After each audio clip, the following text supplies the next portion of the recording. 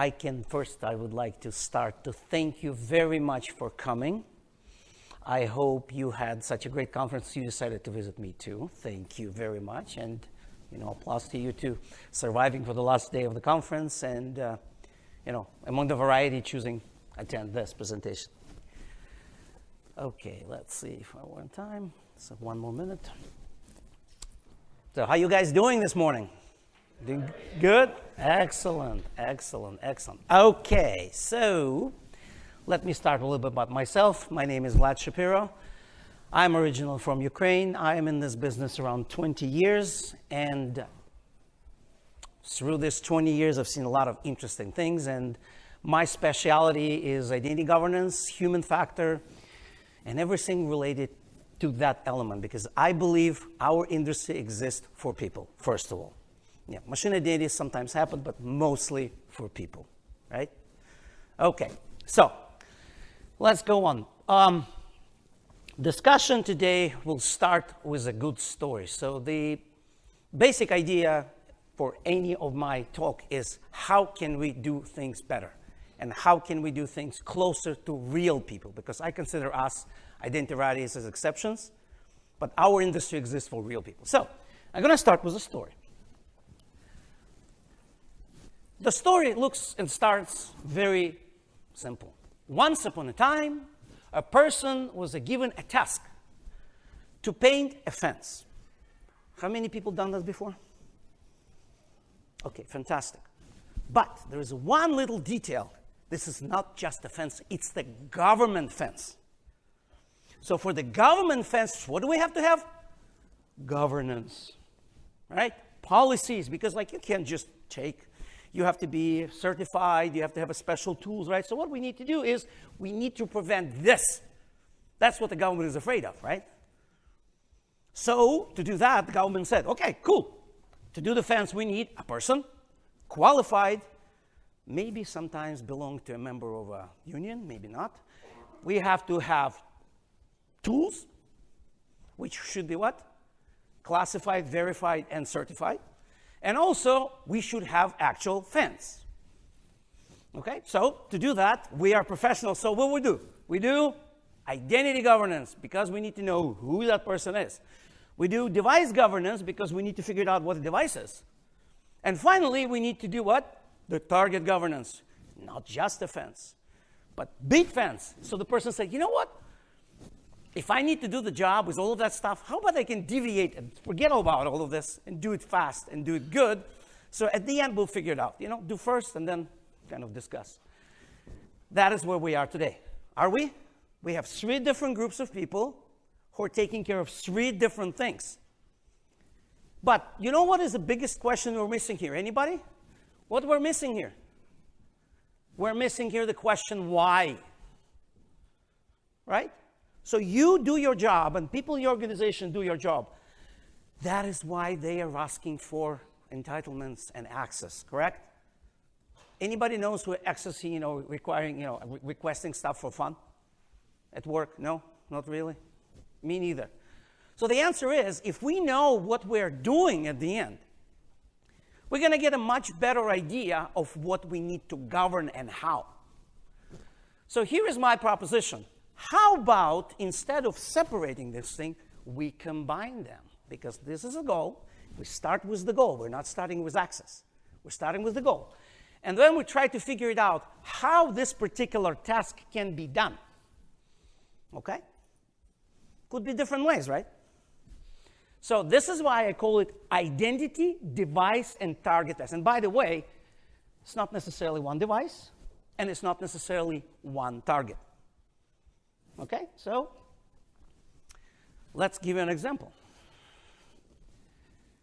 First of all, we need to start speaking C language about this, because now we're not in technology anymore. Now we're going into the business world. I know a lot of analysts are saying you need to speak language of these people, but how? The answer is very simple. You start talking about business tasks, not technology. What a person's supposed to do. The second, you say, okay, the same thing can be done different ways. What is an optimal way to do this thing? Now, by the way, the question is, what is optimal, right? And third, what is the method to analyze different paths? So, since we don't have a lot of time, I go this way. So, I have a person, I have a target. For example, I am a ping administrator. True, I am. So, if I need to update any information about, let's say, SSO criteria, I can do it two different ways. Way number one, back-end path, meaning I have to log in into the actual my machine, then I have to log in into the ping server, then I have to go to the XML file which contains this information, I have to update it, right, and restart the service. Done. This is back-end way. But there is also a front-end way. I'll take my phone, company phone, definitely, log into the administrative portal, do it manually by changing the policy, save it, and then we're all set. Question for you. I'm going to put it together, right? Who prefer way number one? Raise your hand. Okay, who's going to do way number two? As an administrator, we always prefer to do way number two. Why? Because it is what? Fast and efficient for us. Now, we're security people in the room too, right? Which way is safer? The number one is. Why? Because when I log in into my server and administrator, I have to use what? PAM. Unfortunately, PAM Dingle is not in the audience, so it's going to be just a privileged access management. When I do front end too, right, so means the first way is very good recorded. When I do front end too, right, it very depends on what? How good is my policy on my phone? Right? Because if my phone is allowing me to go anywhere, right, that's fine, that's maybe not exactly safe. I was flying Delta and I was in a room, I have no idea what kind of product I used. But so now it's an interesting thing. Organization can look at both paths and say, which way we need to do. So to define it, we have to measure it. Make sense? So here's what I propose to do. First, we define maximal goals for the business. Make sense? ROI, efficiency, and time spent. You discuss with business, say, which is more important for you? Because sometimes all three is not possible to reach, right? By the way, do you know that every task has value? Not only cost. Because a lot of people say, oh, task that costs. No, you also have value. So what I propose to do, as a mathematician, I created several measurements, and we can discuss it after the lecture. I don't have much time on this. But I created a scorecard for path. If you take a look at the scorecard, for the cost, it includes all of these elements. I'm not going to go through the details. But this is what you can do. You can find out this in your organization, right? With the help of CAOs and of operational people. The second thing you do the value. Now, here's my question. Sorry, I think it's too fast. What is the value of the task? I work, in the bank. It's easy. If you do financial operations, your bank gets commissions on the financial operations. That is your value. Question for you guys. What is the value of patching, I don't know, ping? Log4j, value? Anybody? Yeah? That's right, huge value. What is the value? Prevention the loss of customers. Correct. And in terms of money, when you try to do cyber insurance, they're going to cost you less money. When you do audit, you're going to spend less money on audit, on fixing the problem with audit. So guess what? Every operation has a value, but not the task has a value. Also, the way you go path also has a value, right? Depending on different, things here. Again, since we don't have much time, we're not going to go pretty quick through this. So the next thing you do, okay, I have a value, I have a cost. Now I can do comparison of ROI using not only cost and task, but also frequency. How often are we doing this, right? As a result, you look at this thing and say, guess what? From ROI standpoint, path 2 is much better. Because just doing this task gives you $1,500 better. So if your company can tolerate and create enough leeway for you to control and look at the path number 2, it becomes more preferable. And you have evidence to prove it. So when you build the governance policies in the company, you can say, hey, you know what? That makes sense. Okay, any questions about this calculation here? Okay, that's great. So we're ready, right? We're ready to move. Excellent. This is magic word, ROI, you know? Okay. So what is an analytical metrics we're using? Again, I'm not going to put you through a lot of formulas. If anybody's interested, we can talk about that. We have the formulas. And again, don't do it alone. When you go to the customer, say, we need an expertise, so please talk to me. We'll figure this out. But yes, there is a way of doing this. You know the difference between efficiency and speed? Anybody? What's the difference? Fast not necessarily is good, right? Efficient means good and fast with the speed allowing doing the good job, right? While cumulative task ROI, we already discussed that. But those elements are extremely important.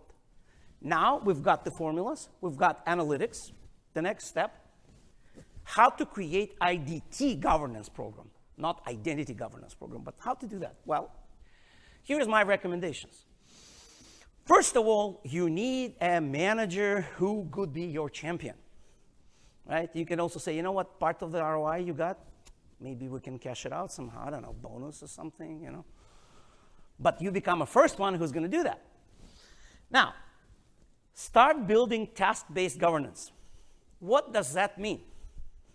It means the following. If there is a person who is assigned the task, right? Then there is a person who is assigning a task. And that person usually is what? A business person. So what do you want from this business person? You want to say, if I have a task, give me the list of prerequisites I need to perform this task. Then verify this list of prerequisites with whom? A technical guy behind the scene. Because if you think that prerequisite is ability to read or write data, then your AD person say, well, that means you have to be a member of a certain AD group, right? So when you do that, a lot of interesting things happen. First, what we're eliminating immediately, approvals. Because if you do this, then the answer is you build it as automatic assignment at the task assigned to you. And as soon as the task is over and you push the button, then it means that your entitlements are gone. Now people say, whoa, hold on a second, but that's against the rules. We have to have compliance and poor eye principle. How about a business owner and technical owner as 4 eyes at the time of assignment the task? So you can find different paths.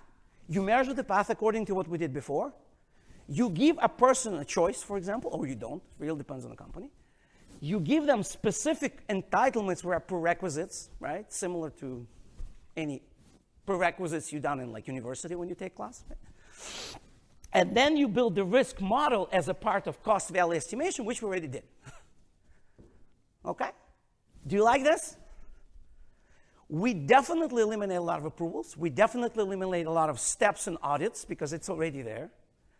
And what we gain is trust from the process people, from COO and CFO, because that's to whom we are talking, right? Everybody's in agreement with me? Okay. Please raise your hand if you're a vendor. Oh, not too loud. Okay, all right. Okay, so yeah, you get approval, you get IDT friendly. Choose IDT governance friendly vendor. So now you're going to say a question, Vlad, are you going to determine if I'm a friendly or not? No, it's you. And reason how we're going to go through this, I'll tell you. This is what policies functionality model look like. Remember at the conference we were talking about IDTR and all that beautiful thing? Because we're pretty good at authority, right? We're kind of good at enforcement. We're much worse on monitoring. We're starting to do analysis. We're really bad at policy-based action and adjustments. So we want vendors between this beautiful triangle of identity, device, and target who can help us with that. Make sense? So here is a proposition how to talk to vendors. Create a, if you're a customer who's looking for a vendor, create a scorecard.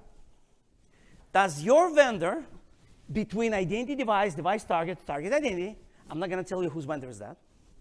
That's kind of a fake one. But vendors, look at this thing and say, what do you honestly do? I don't believe there is any vendor on the planet who can do everything. Right? Everybody's concentrating on specific things, which is great and fine, and no problem with that. If you can do scoring something like that, as a vendor, honest, do this to see where are you, and talk to us, and we'll figure it out how it can go. Because I believe with this presentation, we're starting a movement.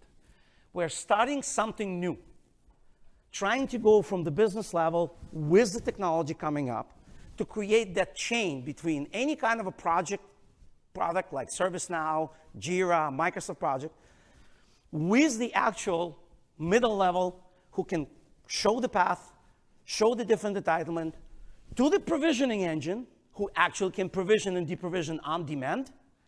So where we're going with all of that, dynamically create policy. So with that, we can create dynamically test-based create policy, and the vendors who can help us out would be really, really helpful. Think about it, take a look. Okay? Now, any questions about this? All right, moving along. This is a presentation I've done at Cooper and Gartner last year. I created a tool which I called NPR Cube. So what do? We take the data of all of your attestation data, which means what do you have, all of your access request data, which means what you requested and what you got, right? And all of your policy data, right? If you take all of those dots, they will be either in the green value, which means you got it, and then it's corresponding to the policy or it's against the policy. You know, and the most important thing is here is a business need. Remember we were talking about the task? So in my opinion, the only business needs are two. One, burst rates. Second, based on what you're doing now within the project. So we did an analysis with a certain, higher education organization on this kind of a model. And here's what we found out. First of all, not surprised, it's a very small sample. The size of the approved things is overwhelmingly dominating the size of denied. And I think denied are mostly based on, I just don't like you. Seriously, because there's no criteria. Rubber stamping, anybody? Right? Okay. So, but the problem is that only 57% of all of the entitlements have actual evidence that they're needed for this person. Okay? So my statement is very simple. If the entitlement is not needed, even if it's not against the policy, one day someone will discover it in the process of audit or in the process of SOC, unfortunately, especially if it's against the policy, and will require you to say, what do you need to do? Researching is very expensive. So now you can research each of those whatever 1,000 dots you have, right? Or you can do a better thing and change your policies and adopt it. Do it task way, because if your entitlements are assigned by task, it's automatic proof that this is needed. Would you agree with me? Just think about it. For this little organization, which is seriously, it's higher education, we figured out that to fix all of the dots will require you at least 921 hours, which is like $92,000. Fixing business and checking out and connecting it to task, less. Just imagine these numbers in something like a bank or healthcare organization or anything like that. Okay? That number is going to be really staggering. Because now we're all connecting the dots. So if we change our way into IDT path type of ideas, starting with the task, connecting precisely, that thing will go really, really, really small. And that is how we prove to our management that that makes sense. Everybody is in agreement? You ready to go and do it? I know inertia is very bad, but if you produce this money slide, and we can do it with your organization or your vendor, we can definitely go and produce something like this type of a money slide for your management. I think that will convince a lot of people of saying, hey, you know what? Maybe if we go second way, which is IDT pathway, a way of designing tasks, we can save ourselves a lot of money and trouble. Make sense? So, make it recommendation for IGA group. This is what we need to do. We need to start conversations as a group in charge of device, data, application governance, and introduce this as a concept. We need to actually find this champion and discuss business evaluation around governance, not technical, please. So these people will to discuss it with you. And work with the project teams. Because as you know, we have a lot of project managers, right? People who are helping us to do the project. By the way, those people can help us to talk to the people who assign tasks, to actually go spend some time in research and find those prerequisites. And you can talk to CEO and other business leader to say, please spend time on this because that will save our company money and make our business much safer. Okay? And finally, include business need analysis for the specific entitlement request, but integration tools. So I think if as an industry, we will create more of those, we will be able to get better traction and better understanding between technical and non-technical people, people who are business-oriented, task goal-oriented, versus us who are more technology, identity, and access control-oriented. Okay? So, I think that is basically the end of this. This is kind of a leadership, which you can read, by the way, about what we just discussed. So, by that, we have 5 minutes. Any questions? Yeah, go ahead. How do you get organizations to adopt a task-based model of assigning work to employees? What I've experienced is it's much more fluid than that. Employees don't necessarily work on tasks. They might work on a project, and if you're doing waterfall or even if you're doing agile, you could base it on that. But the task itself is not always evident. So how do you bring that up to people? Okay, when we start the project, we define the goals of the project. And we define the target system we're working on, and we define the devices people are working on.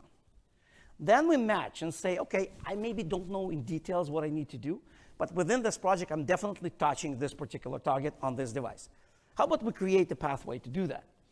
And then while you adjusting is much easier. If you need to add yourself in a specific thing within the project, that's it. But this is what you define.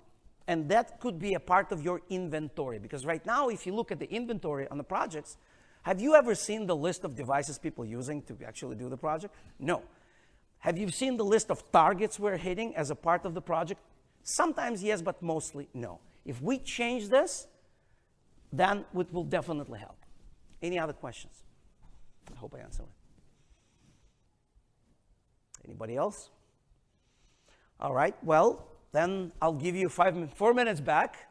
Thank you for being here, and I hope this new kind of a concept will, bring us to the better place. Thank you very much.